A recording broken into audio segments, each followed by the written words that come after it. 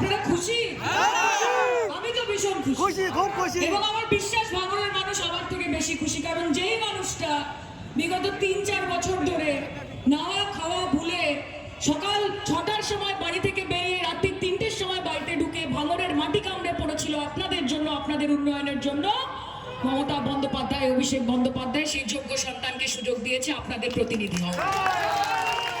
তাই আমি খুশি যে ভাঙড়ের মানুষ নতুন সূর্য দেখতে চলেছে, উন্নয়নের নতুন সূর্য, মুক্তির নতুন সূর্য।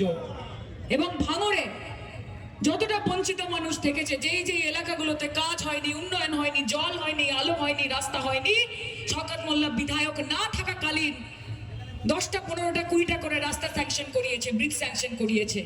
তাহলে ভাবতে পারছেন একদিনে 65টা রাস্তা স্যাংশন করিয়েছেন। আমি সাংসদ হয়ে এসেছি, আমাকে বলেছেন আমাদের কিচ্ছু চাই না, ভাঙড়ের মানুষকে আলোর কাছাকাছি নিয়ে যেতে হবে, সায়নী আলো দাও এমপি ল্যাড থেকে। অবজারভার হিসাবে বলেছে, শুধু দায়িত্বে ছিলেন যে ভোট করাতে হবে, সায়নী ঘোষকে জেতাতে হবে, তারপরেও সায়নী ঘোষ জেতার পরেও ভাঙড়ের মাটিকে তিনি ছেড়ে যাননি। তিনি ভালোবেসেছেন ভাঙড়কে, এবং তাই ভাঙড়কে ওনাকে এই ভালোবাসা ফেরত দিতে হবে। দেবেন তো?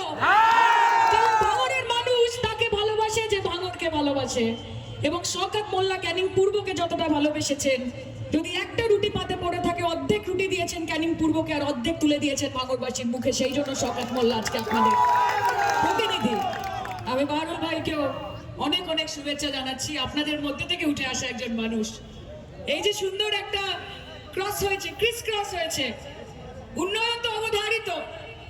ভাঙড়ের মাটিতে সন্ত্রাসের জায়গা নেই, ভাঙড়ের মাটিতে সাম্প্রদায়িক শক্তির কোনো জায়গা নেই, ভাঙড়ের মাটিতে মমতা বন্দ্যোপাধ্যায়ের জায়গা রয়েছে, তার প্রার্থীর সমর্থনে জায়গা রয়েছে। তাই আপনাদের সকলকে এইবার শওকত দাকে লক্ষাধিক ভোটে জিতিয়ে এটা প্রমাণ করতে হবে যে रोशनी चांद से होती है सितारों से नहीं, कि रोशनी चांद से होती है सितारों से नहीं, मोहब्बत ममता बनर्जी से होती है, किसी मोदी या शाह से नहीं।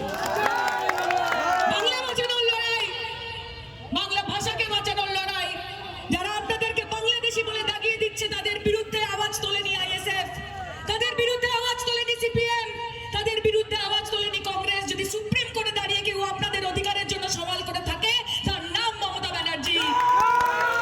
তার পাশে থাকুন। আজকে বাংলার মানুষকে নিয়ে, বাঙালি জাতিকে নিয়ে, বাংলা ভাষাকে নিয়ে যদি এক ফুটি, এক ইঞ্চি বিন্দু মাত্র কোন রকমের ইচ্ছে থাকতো, কোন রকমের তাদেরকে বাঁচানো, তাদের সুরক্ষা দেওয়ার প্রবণতা থাকতো, তাহলে আজকে মমতা বন্দ্যোপাধ্যায়ের পাশে থাকতো সবাই।